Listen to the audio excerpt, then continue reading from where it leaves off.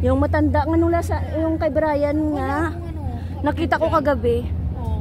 Ang maluko talaga siya, may edad na. Oo, nakakaano siya, nakatalagang siguro pag ikaw hindi mo ma-imagine na may ganung klaseng tao kasi imagine lulukuhin mo yung kapwa mo Pilipino. Ano yung residente dito? Parang hindi, parang katulong din siya tapos may pinapakita siyang parang calling card na kunwari may agency o baka pa-affiliated din siya ng agency pero naluluko talaga siya. Or baka hiningi niya lang yung hindi ko alam kung paano niya ginawa na magkaroon siya ng ganun. Talagang magbibigay na dapat ng 2.5 yung babae. Kasi magpa-process na daw ng visa. Buti na lang sinamahan ni Brian. Nalaman ni Brian na racket na pala niya talaga yun. Kaya tinrap nila. Tapos sabi niya, ay sige, doon ka na lang mabayad sa agency. Yun pa pagkasabi. Ito ang calling card. Tapos, pero nakamas siya, hindi siya magtatanggal ng mask. Never talaga do, kahit sinong katransaksyon niya, never do talaga magtatanggal ng mask yun. Oo. Kaya nga sabi ko nga dapat nagdala na sila ng pulis. Hindi dapat nagdala na sila ng pulis nung pagkapunta nila ni Brian kasi ano na sana. Inano niya, hindi naman siya pumunta doon. May taga doon lang sa Mipo na inabangan siya, pinicturean siya na doon talaga sa building na yan siya. Nakatira. Saan na kwininto-kwentuhan na, ate, taga dito ka ba? Tapos hindi sana barkada sa Pilipinas. Hindi, iba yung pinanood nyo. Sana pinanood nyo yung kay Brian. Oo, yun sa kay Brian nga. Bakit? Napuli na siya? Talagang sinamahan ni Brian yung Pilipina na supposed to be magbabayad na ng 2.5. Inano pinictura? Hindi, talaga nakausap ni Brian mismo pero hindi siya nagtatanggal ng mask. Alam mo ba sabi ng Pilipina, sabi niya sa nandun sa building, ano ula? Kilala siya no kasi ang layo-layo. Ang layo-layo pa ng building ba ng babaeng may edad na yon. Ang layo-layo pa sinabahan ni Brian yung Pilipina na supposed to be magbibigay na ng 2.5 para daw sa visa. Pero actually, talagang may something sana wrong may pulis na silang kasama. Kaya nga sabi mali nila dapat nagdala na ng pulis. Alam mo ba? Nauna na yung Pilipina. Nauna na yung Pilipina na naglakad tapos sinunod lang ni Brian. Kunwari, sinusundan lang. Kunwari lang. Pagdating doon sa building ang layo-layo ng building. Mo lang sa malayo talaga. Malapit yung kila Berna na 27 Broadway. Tapos? Kasi taga doon ako sa Broadway. Tapos pinuksan na yung pinto ng building yung pinto ba? Tapos kunwari sabi ni Brian, hello kabayan. Ay, sabi naman ng Pilipina na kutsaba ni Brian, hello Brian. Sabi naman kunwari hindi kilala, hindi sila magkasama. Ay doon na, yung matanda labasan ng pinto, hindi siya lumabas pero nakamas. Hindi ba siya naman kasi nakamas. Hindi ko huli na yung picture na pinost niya. Ay talagang as in talaga. Nakamas, ayaw niyang tanggalin ngayon. Ay, tapos niya, ano ba? Bakit hindi kayo sa agency? Sabi ni Brian, naghahanap ka pala ng amo. Sabi niya dun sa, kunwari lang. Oo nga, Sir Brian, kaya nga ito magbabayad na ako kay ate kasi magbibigay daw ako ng 2.5 para sa visa ko. Within 2 months daw yata, pakunin ako nagkamali, parang gano'n kasi hindi ko masyado. Oo, parang gano'n ang ano niya. Tapos siguro na-sense na nung matanda na medyo something wrong na kay Brian. Kasi talagang na gano'n si Brian, nagmarami na sinasabi. Bakit hindi kayo sa agency magkabayaran? Bakit dito kayo sa labas, nag-uusap? Then bakit hindi mo siya binitbit mismo doon sa agency at yung sa amo? Kung talagang may amo nga. Yun yung sabi, sabi niya, ay, sige, doon na lang kayo sa agency. Ito, may nilabas siya. Kunwari siya, manggigigil ka talaga. Kunwari siya, may kinuha ng telepono sa, kunwari may kausap siya sa telepono. Yung parang may kausap pa siya na, ganun. Parang hindi niya muna pinapansin. Doon, kinakabahan na siguro niya muna pinapansin sila ni Brian tsaka yung Pilipina.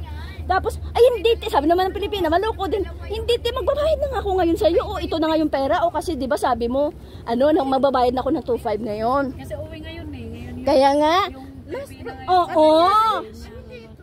muntik na dapat. Ito na nga to, pero ito ibibigay ko na kasi yun nga. Pero may amo na yun. Wala. Sinasabi nga lang may amo. Pero what I mean, nakakuha na siya ng amo. Wala nakukunwari ilang siya doon. Wala nga talagang amo kasi nga nagdaka-depend siya doon sa buti nga nalaman niya na banda na scammer. Ngayon ang nangyari ate. Ayaw. Ebidensya lang yun. Parang nakuha lang si Brian ng may binigay siyang parang calling card. Ay sige, siguro kinabahan na yung matanda. Sabi, sige, ito ang calling card. Doon na lang kayo dumiretso sa agency. Doon na lang kayo magbayad. Yun pa yan. Pero hindi ko na tinapos, kaya nanggigigil na ako. Panoorin mo. Tinapos ko. Nanggigigil na kaya Tapos ako. sinundan na yung Pilipina na nag-apply sa kanya. Oh. Sabi ni Brian, kunin mo yung kontrata. Sabi niya, di sumunod. Wala naman siyang may hinagis na lang na papel. Tapos ang bilis daw tumakbo. Tapos, sinabi daw na, na siya. Oo, talagang Nahalata niya na. Hindi expert sa police. oo. Marami na doon Nagpatulong sa comment eh. guard, hindi naman nila tinulungan. Nagpatulong na. Yung Pilipina na habulin, yung scammer na Pilipina. Ay, hindi Dapat yun basta-basta. Hindi dapat makikialam ang guard doon. Oh, hindi talaga Hindi yun. yun makikialam basta wala silang Kung walang lisensya. complaint talaga sa pulis. Dapat sana. Pulis na dapat? Ano sila sa pulis tapos binibidyohan ng pulis tapos Pero hindi. Ngayon, May video na may- siya doon kay Brian. May bagong video, may alam na nila kung saan nakatira doon. kung ano. May Marami na may pala naluko yun, ate. Doon, taga doon. Para matrace ng consulate at ipapatawag siya, susulatan siya. Ay, alala city na ba? Shitin na, ano na tayo? Yung pala. Tulong na alam ko na. Pasano pa rin Tapos ito tulong na mo. Gawin mo ako ng video na parang ini-slow mo ako. Ah, ngarte. May ganon. May slow mo. Oh, arte-arte. Oh, sige nga. Excuse me? Excuse me na, alas 7 na pala. Marites! Teo po muna tayo. Tara na, dito tayo dadaan. Saan pa kayo dadaan? Asan yung bag ko? Ate Lisa, saan ka sasakay? Dito na sa lingon. Tara na. Ano ba tayo kakain? Hindi na, grabe ka naman. Kain ka tatapos mo nang kumain. Sasaka. Dito na sa Hingon ka na, halika na. Halika na sa hingon na. Hawak-hawak mo. Hindi yung ganyan. Halika guys, ang gulo-gulo na nila. Pauwi na kami guys, alas 7 o'clock na pala. Ano mo lang yun? I-try mo yun. Dito lang sa may Vista. Diyan lang, dire-diretso lang. Sa hang-on ka? Vista. Vista. Ako dyan sa ocean. Di ma-off na lang ako sa'yo. Tara na. Bye-bye, bye-bye. Guys, hindi na namin nakita ang sunset. Hindi na nagpakita. Pala maging marites. Nalalagpasan. Panoorin mo, Tip. Pero hindi ko tinapos to kasi nanggigigil ako sa matanda. Ti, sabi ko, may edad na mangluloko pa. Oo, nakita ko nga may edad. Medyo tayo dito. Magpaano ako? Ay, dito na lang tayo sa gilid dumaan. Ano ba? Tungon nga, magpunta pa dito. Sige. Iihi ako sa dyan sa hingon. Nasa tungon. Ang dami na nating nararamdaman pag pauwi. Ang gulo-gulo nga. Ang gulo-gulong yun na nga. Magsabi kayo, huwag kayong umuwi. Hindi pwede. Ang sarap no. Pwedeng late pero Ayaw dito. Ano ba to? Uy, wag dyan. Pumasok ka sa building dyan. May security dyan. iba ba yan? Hindi ba pwedeng lumusot dyan? Pwede na kasi.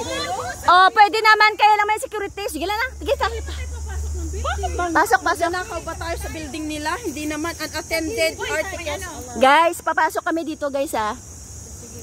Nagpaalam ka pa bakit security ba yan? Alam mo, actually, nung mga bata pa yung mga alaga ko na si Albert tsaka si Didi, dito ko pinagbabike kasi at least hindi delikado.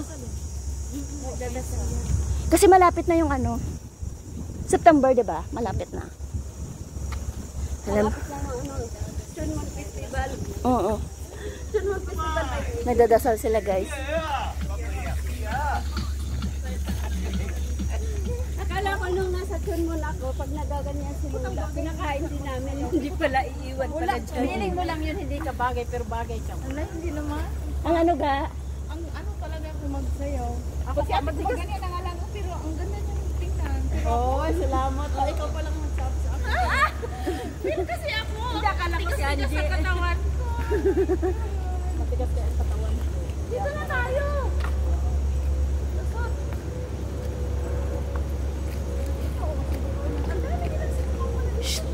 Dito, pwede, hindi bawal dyan tumawid.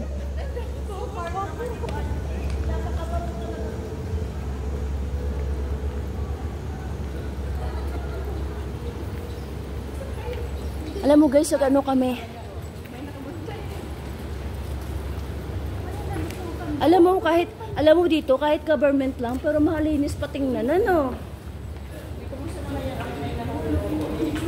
Hindi, what I mean ba? Parang ma-organize naman kasi dun sa ibang mga government houses. Saan di ba may nag-ano dito? Oo, malaki ping-pong. Hindi, may naka-upo din. Pilipina? Bihira? Pilipina kasi Moses na Park. English yan. Oh, siguro. Amoy ano? Amoy gamot. Gamot. Yun yung gamot ng amo ko. Alam mo kasi mga dahon-dahon yun, tsaka mga ugat-ugat. Meron pang anong ok yata yun? Oo. Yung herbal ano yun? Herbal yan, herbal. Hindi dito na telusutan sa gitna. Hindi, akitin natin yan, no? Tapos lusot mo, no? Ano na, chung on.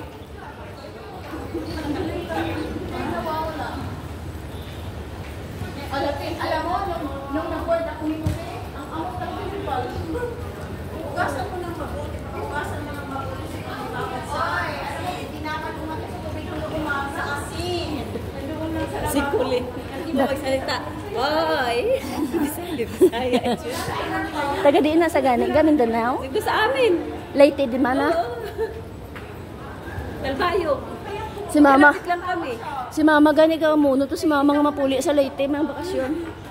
Yung kudason na na mapuli ko para upod ta. Dalbayo yung sa kanila eh. Lapit lang sa amin. Puro malaki na lang in-improve ng Leyte ngayon. Ang dami na ring mga ano, may mga malls na sila nilalagay. Pero nung pumunta kami ng 2010, ay nasko. Lubak-lubak parang daan. Liko tayo dito.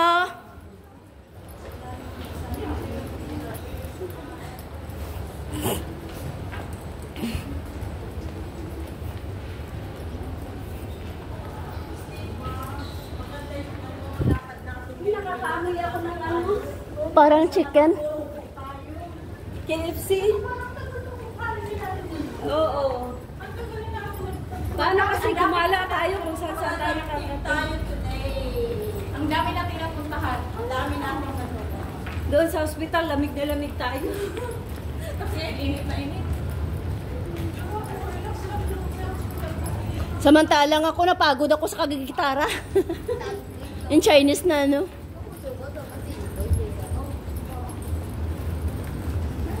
Gitara ka ng gitara. Sino naman kasama mo? Si Rose, si Lovely, si Myra, tsaka si Buds.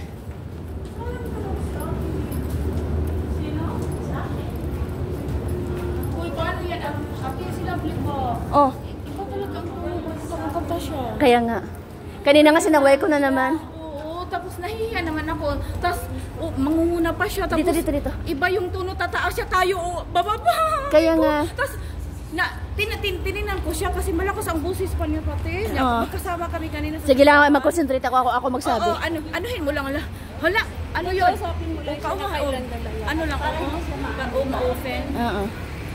Eh ako pa naman pag bigla kang sita, nasa likod ko, bad. Diyan ka na! Diyan ka na! Kailangan Hindi, mag-train yan siya. pagsabihan mo siya na mag-ano siya sa, makinig siya sa recording para alam niya kung Oo nga saan pala, siya magte-train ka pa. mag-start. Eh, muna o yung tayo. Kasi di ba lagi kayo ang magkatabi, kaya hindi ko masyado siya Sabi ko napapansin. na amoy ko yung KFC. Ayan talaga, pala. nung una pa lang siya. Uy, may KFC na pala dito, te. May KFC. Tagal-tagal na yan. Kailan? Hindi ka man lang namamasyal sa May KFC ba? May KFC daw. Kami palagi, wala akong nakita. Diyos ko, ayun yung doon, sa dulo. Hindi nga, meron nga ga? Uy guys, taga rito kami guys, hindi ko alam na may KFC dito.